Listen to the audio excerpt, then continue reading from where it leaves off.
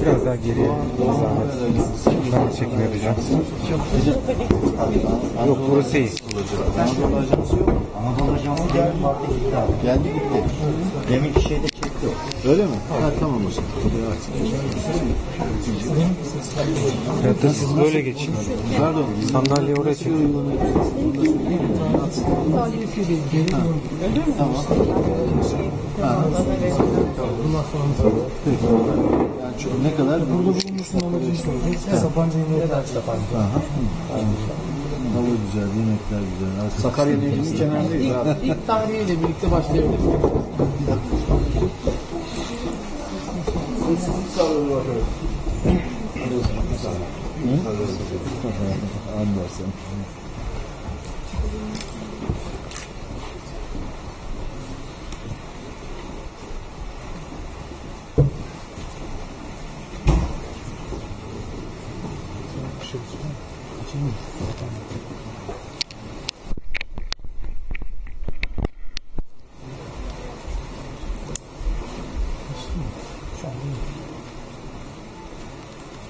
Öncelikle geçmiş olsun. Teşekkür ederim.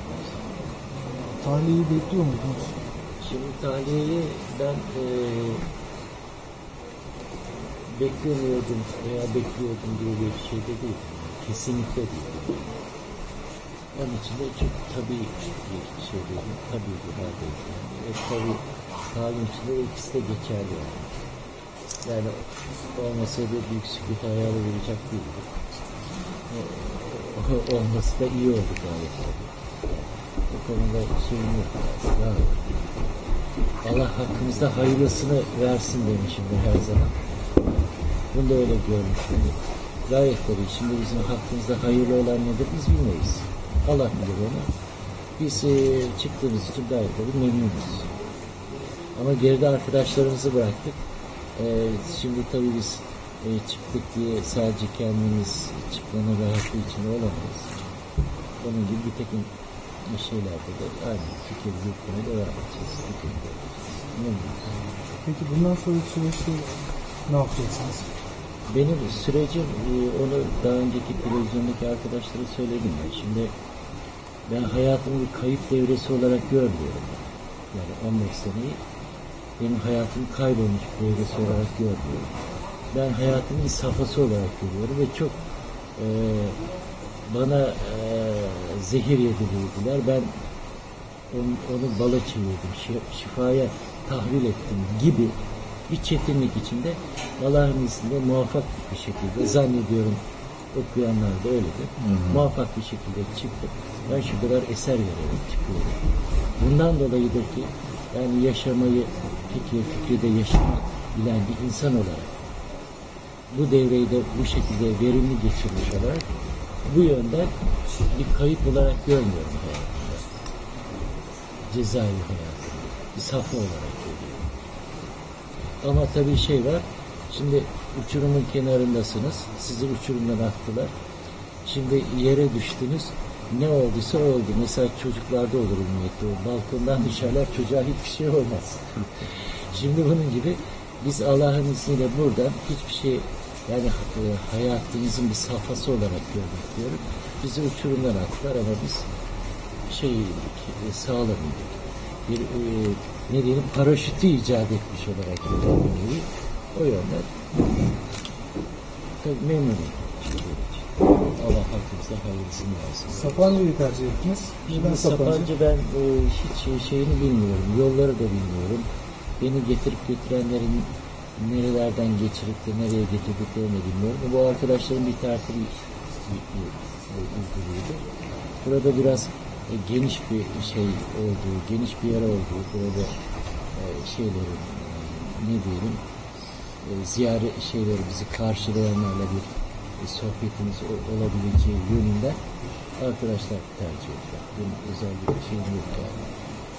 Çünkü Sapanca'nın benim girdiğim zaman ki Sapanca olup olmadığını da bilmiyorum. Buraları da bilmiyorum zaten.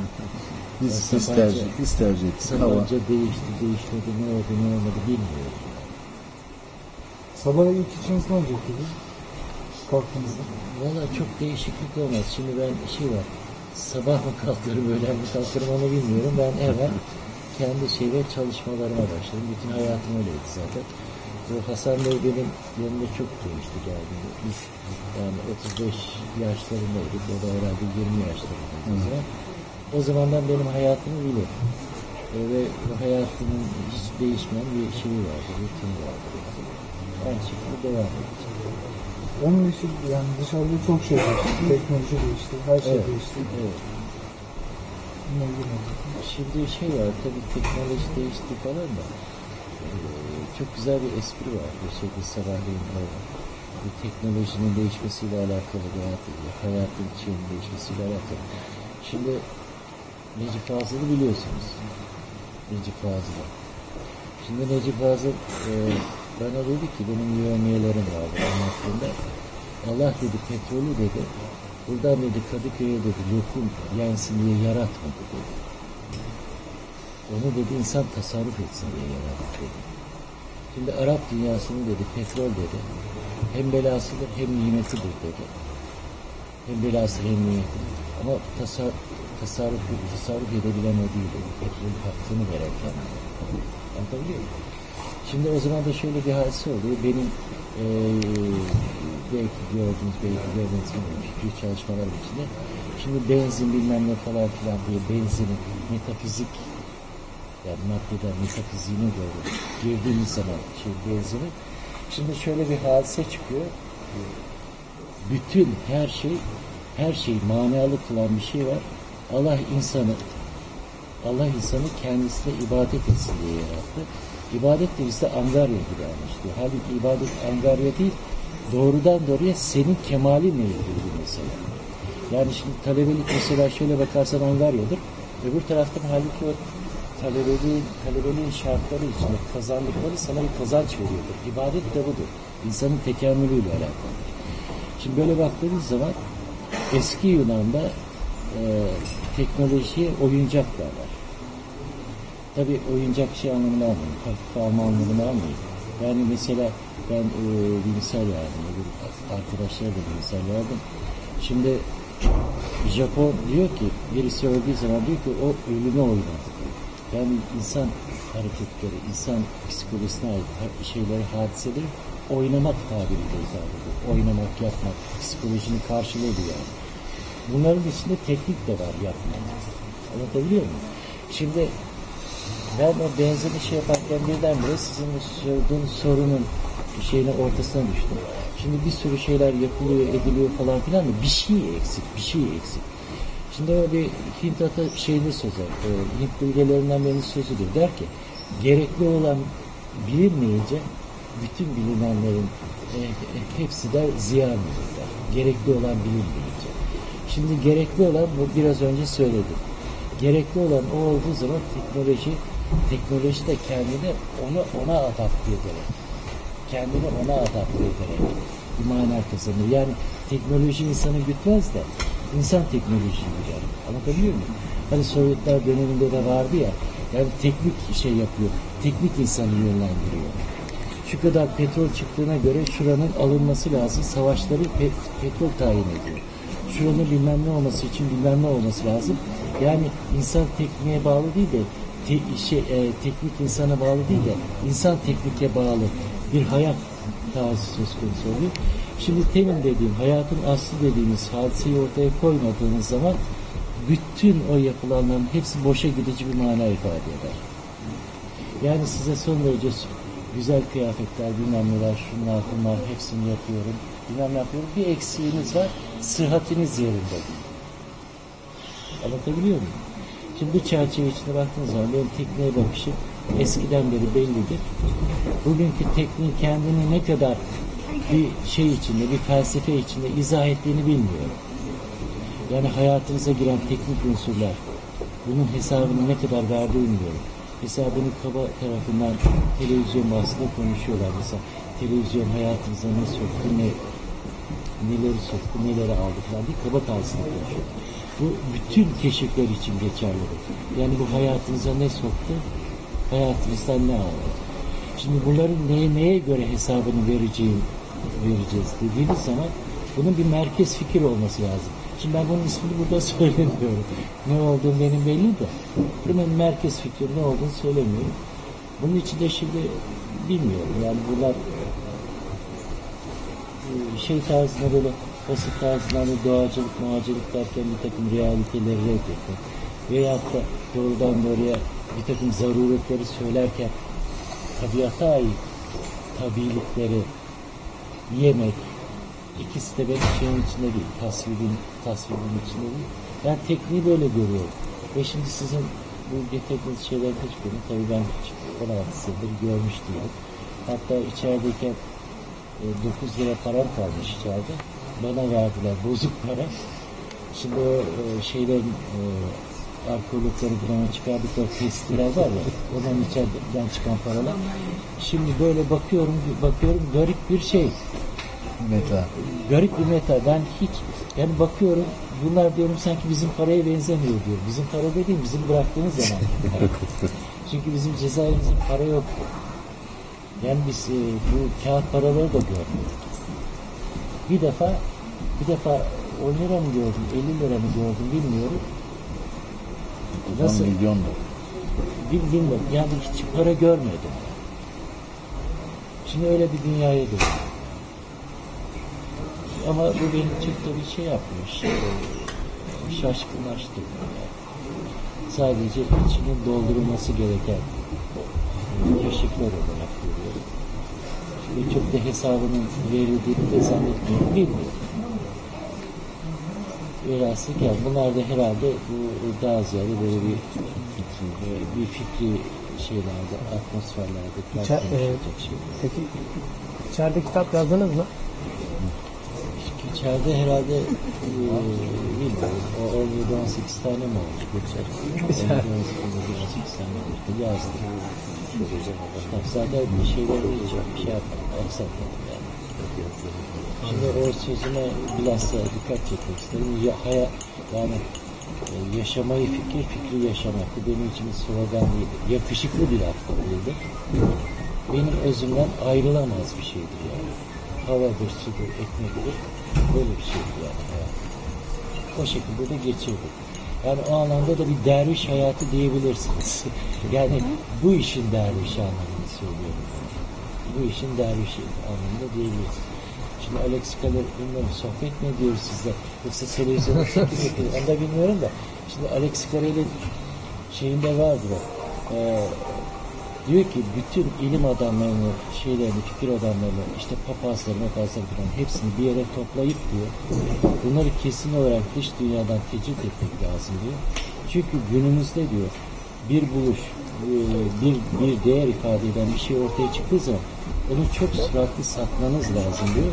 Eğer diyor beklerseniz diyor o geçen zaman içinde diyor onun eskimesi ihtimali olduğu için diyor insanlar diyor hemen teorilerini de diyor daha olgunlaşmadan piyasaya sürüyorlar diyor. Yani eskisi gibi bir insanın diyor 20 sene 30 sene bir ömür bir şeyi doğrulayarak geçecek vakti yok diyor. Bundan dolayı diyor onları şöhretten, paradan keserek diyor bir yere hapsedeceksin manastır gibi diyor. Bütün ilmi çalışmalarını yapacaklar ve insanlığın kurtuluşu diyor bu şekilde şey olabilir. Bu şekilde mümkün olabilir diyor.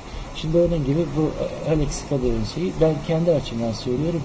Ben Cezayir'de şeylerin zorluklarına katlanarak Cezayir şartlarının Cezayir olma şartlarının zorluklarına katlanarak bu 20 sene içinde kendi payımı çok verimli değerlendirdim. O yüzden de bunu da açıklıkla ifade ediyorum. Belki size de orijinal gelebilir. Yani hayatının kaybedilmiş, heba edilmiş bir dönemi olarak görmüyor. Ve Cezayir'de işte 48 yaşında diyordum. Bugün 63-64 yaşındayım.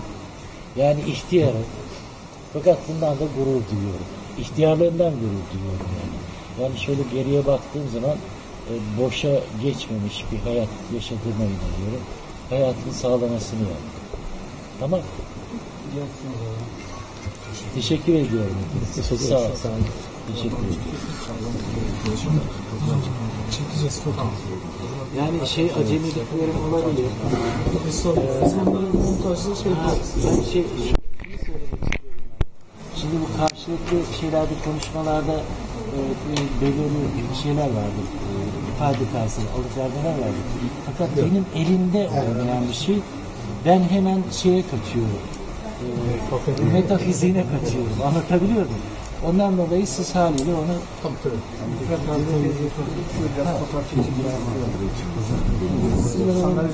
fotoğraf da var.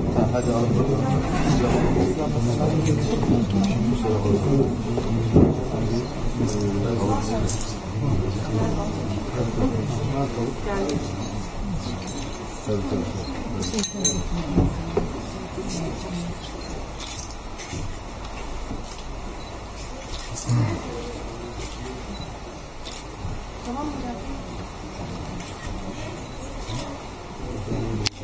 Tamam. Teşekkür ederim. Sağ olun.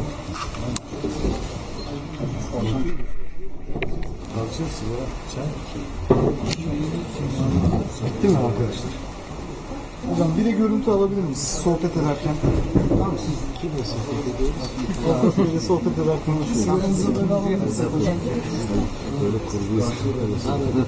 Şimdi bu parçasını halledebiliriz. Ya ne yapalım? Hukuk olarak baksana. Geçmiş haber destekçide vardı.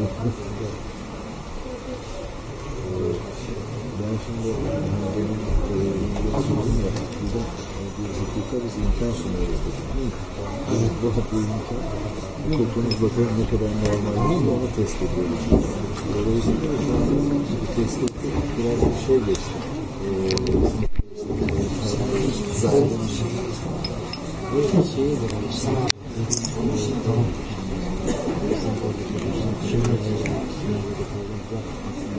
Şimdi bu arkadaşlarla biz samimi sohbet ediyoruz. Bir şeyde konuşacağız. Şimdi mesela ben içeri geliyorum, içerisinde projeleri var. Evet. Dışarıdan gelen herkese dışarısı sözü haklı. Yani haksız demiyorum. Dışarıda Şimdi o zaman şöyle teşekkür ediyorum. Sağ olun. Ayaklarınıza sağlık. Teşekkür ederim. Sağ olun. Şimdi orada şöyle yok, çözeceğiz, Şimdi dışarıdaki biri içerideki adama değil, sen birisi yok, bizim şikayetlerimiz var.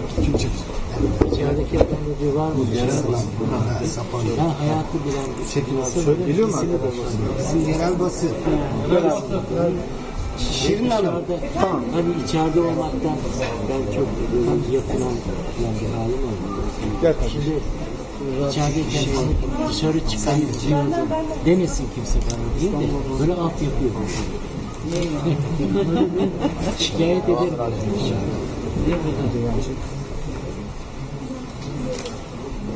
Tamam. Çünkü var. Aslında yetersiz. Şimdi parası olan yanında parası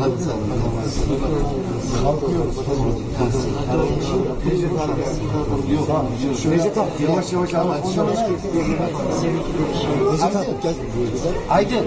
Aslında en kötü şey hiçbir derdin olmasın, olmaması. O zaman da damlanır. Şimdi o şeye baktığı zaman hayatının manası var. O hayatın manası var. Ben geliyorsam ben nasihat etmiyorum.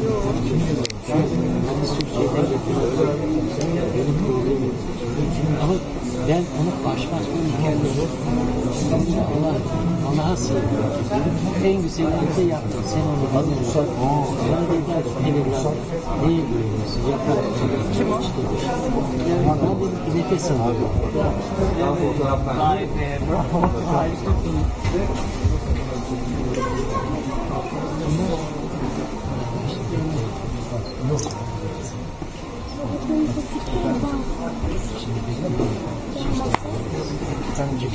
Hoca Taş geldi.